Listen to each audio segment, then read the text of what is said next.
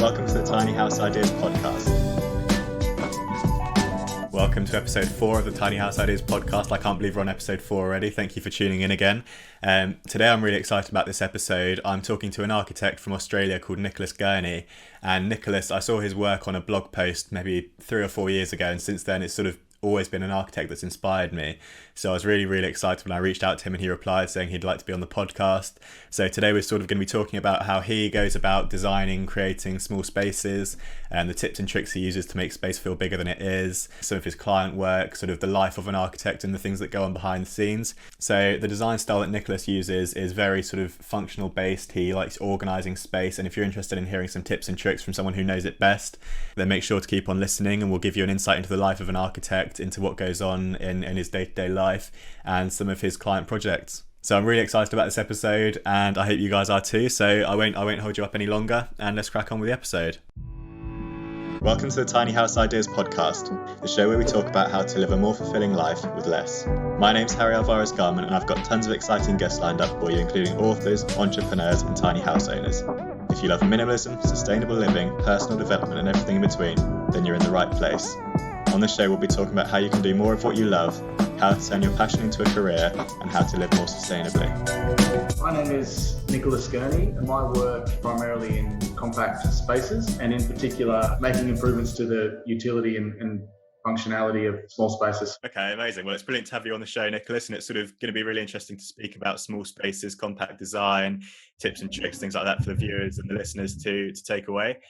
So sort of what got you interested in small spaces rather than sort of larger architecture and larger buildings then? My background is in industrial design rather than architecture or interior design. My training informs my interest, I guess, in detail and in function, I guess function before form. But I guess I became interested in small spaces because, I'm a young person, and a small space is often an affordable entry point in any market. And I knew ongoing that if I continued down the route of designing small spaces, then I'd be working with like-minded people that I would have a synergy with, people that were in a similar position to me. And that just felt like something that I wanted to pursue rather than, not generic, but the path more often traveled, where you design larger houses for people with more money maybe or something. Yeah.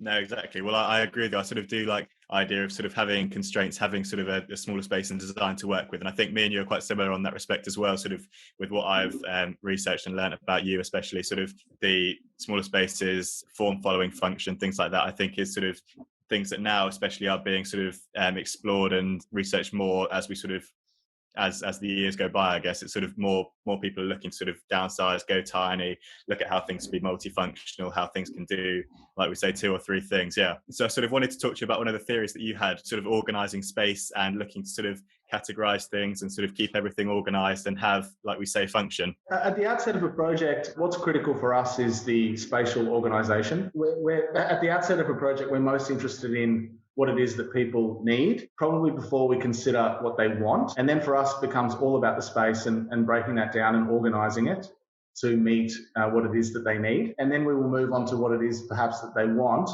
And then we will imbue all of those other things on a space that are secondary to the spatial organization. A small space is a series of industrial design products, and all of those products go into making space. And it's those products, I guess, that helps resolve the issues around space and gives us that spatial organisation that we're after. Well, moving on from that, the next sort of thing I wanted to speak about was, you mentioned it briefly earlier, sort of how you speak to the clients, how you create a brief and everything, but what would a typical project look like from sort of the initial contacting you to obviously design, to the fit out, to the completion? What would that look like? It's the first thing I can say is that it's longer than people anticipate. Unfortunately, it's a process that's not a quick one, and that's not often of our own doing. That's just the process of getting approvals and the time it takes just to put everything together and find suitable people to build a project and things like that. But we work very hard on establishing a really bulletproof design brief, because at the end of the day, the better the design brief, the better the outcome, and the harder we have to work as designers. And so once that's established, then, we move pretty quickly to prepare a concept. And, that directly addresses the design brief. So if we tick all of those boxes, then reasonably we should meet the client's expectations. And then when that's done, we move towards documenting the project through a number of stages, at which point we're talking to builders to see who might be available and interested. And yeah, we try and get on site as quickly as we can. But yeah, I mean, that process from inception to completion can often be, as much as we'd like it to be quicker, it just sort of, it ends up like that all the time, basically. Yeah, exactly. It's one of those things where it's sort of obviously further out of hand, so it's difficult to sort of control all of these things. So everything that sort of can be done initially, it's sort of, there are roadblocks and sort of bumps along the way. Yeah. Yeah. There are too many uncontrollables. That's the thing. Uncontrollables. That's the word I'm looking for. Yeah. So speaking about sort of these projects that have been completed, is there one that sort of sticks out to you as being the most memorable? What have you enjoyed working on the most? Well, look, I mean, I get excited about all of our projects. If I didn't get excited about them, we probably shouldn't be doing them. But I mean, the studio was for me a very important project because it was very early in my career. Client, although I had to push very hard, invested in the idea. And it was unconventional, but to this day it remains probably the single most important project for my career. And it's 7 or 8 years old now, but it's still a very relevant and timeless project. It is. It sort of transcends, in a way, although it's quite bold, it sort of transcends style and time and things. So it's nice to be able to have a project that maybe in 2030 I still look at as being as a modern project. So I think that's probably the one that stands out. Okay. Yeah, because I was going to say, it's sort of, although it was 7-8 years ago, I mean, if it was designed and if someone saw a picture today, they would think it was sort of done the last few weeks or whatever, because I mean, it is, like you say, timeless. And I think it will really, especially as we're sort of speaking about the climate at the moment and how sort of things are headed in the direction of sort of smaller and more efficient living. I think it is sort of going to be something to sort of build from and to look back on as a really sort of cornerstone of that. I hope so. I'm very proud of the project, and I hope that it is like that. Yeah, definitely. And for the people that are watching and listening, well, obviously not listening, people that are watching will have pictures of the studio on the screen so they can sort of take a look at the space. What would you say is sort of your favorite area, your favorite sort of compartment in that space? Well, I sort of like that. I sort of like that the whole thing is an almost single compartment that has inherent functionality. And the hardest thing for me to get across the line was the color palette, because it's quite bold. But it was so important to the concept and to the way that the space was organised and the way that and to the ambience. So yeah, the thing that I enjoy the most is the use of colour. Okay, fair enough. And talking of the use of colour, the studio is obviously sort of a very different colour palette to, say, the 5S that you've also worked on. When you're sort of looking at ways to make a space feel bigger or to sort of feel larger than it is, how have you sort of found it working with two sort of very different colour palettes? How have you found that sort of making a space feel bigger? I mean, the common theory would be that if you use light tones like white and wood and things, the space is going to feel lighter and airier and more open and things.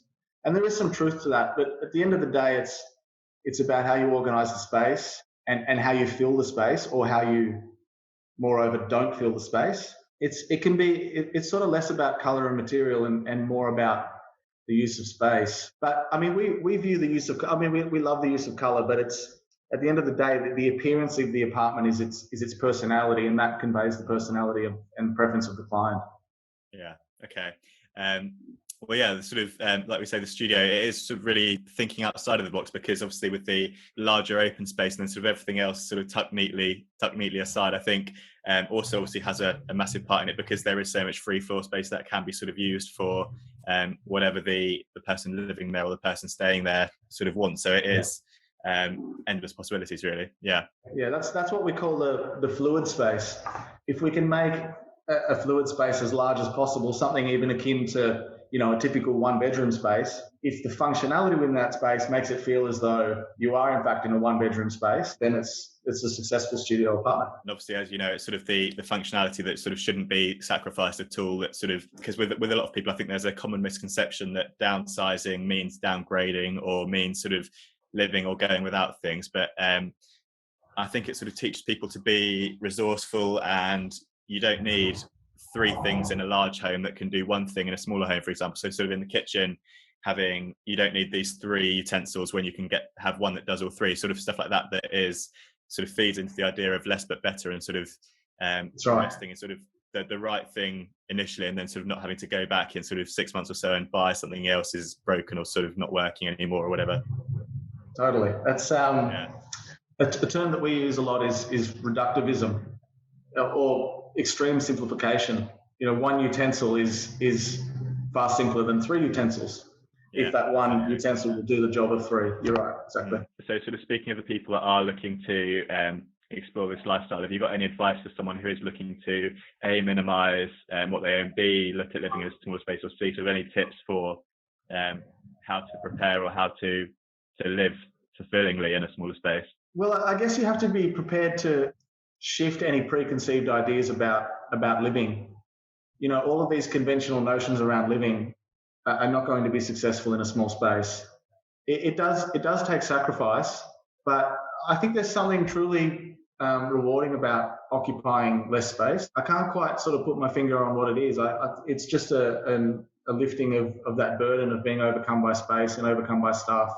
That idea that the things that we own end up ultimately owning us. And I think if we have less stuff and we have less space, then it gives us a certain freedom. That'd be my advice, I think, just to be willing to be open to living in a small space as an exploration, as an experimentation. It doesn't have to be forever, but it's a worthwhile mode of living, definitely. Exactly. If you don't try, you don't know. It's one of those things. But then I think I meant to mention earlier, so sort of going back to what we were speaking about how everything is sort of multi-purpose and everything, I think the quote that the house is a machine for living in is sort of one that really is really prominent and really sort of underpins everything that we've been talking about, because there's so much logic in making things, as we've said so many times already, multifunction, sort of doing everything that it needs to do and more, and making sure that everything is sort of positioned correctly. Have you sort of had any examples of where it's sort of almost, it does sort of flow around and is a machine, so you've got sort of this next to that because that makes sense rather than across the room? That's the case in everything, because if you consider the utility spaces in a small environment are the ones that need to work the hardest, and in a small space they're very small. Kitchens are tiny, bathrooms are tiny. So often when for instance we do a bathroom renovation, we in a sense we're happy to make the space smaller if we can make it more functional. If you think in daily life, in everything that we do in daily life, we're after added efficiency. In everything that we do, we crave efficiency. But in the home, it's okay for the home to be an inefficient space, apparently. I mean, a kitchen doesn't need to be big. If you can stand in one spot and you can adequately do everything that you need to do at a kitchen, then that's an efficient machine. And so for us, we're happy to reduce things to its bare minimum if it means that in reducing it becomes more efficient. Size and efficiency, we would argue that size and efficiency are completely independent of one another. Yeah, definitely. And I really do like what you said about when you're talking about the bathroom renovation, how you can make it smaller but make it more efficient. And I think that is another misconception thing that sort of people are getting wrong, because they think, okay, I've got this huge kitchen, therefore I can do so much more than someone can in a tiny sort of galley kitchen or whatever. But that's just completely not true, because they've sort of got to take them a few seconds to walk across to the fridge, then come back to then chop something to then sort of walk across there. Whereas if everyth's at arm's reach, everything makes sense and it's in a logical order, then it is a machine for living in, which is what we're after. Well, I mean, a simple comparison there would be a commercial kitchen at one of the best restaurants in the world versus a residential kitchen. The commercial kitchen is capable of cooking for 200 people in a night, and it might be the size of a butler's pantry in a large house. Yeah. So, efficiency and space, they're completely independent. Amazing. Well, I really do appreciate you coming on to speak to me. It's been awesome to sort of pick your brains and to listen to what you've got to say and hear about all the projects. There'll be links for everyone listening and watching to all the sort of social media website and everything below to check that out. But cool. To wrap it up, massive thank you for coming on. To listen to the full episode of the Tiny House Ideas podcast, head to your favourite podcast streaming platform. It's available on Spotify, on Apple Podcasts, on Google Podcasts. And alternatively, if you'd rather watch the full episode as a video, so the full conversation in a video format, that's only available on Patreon.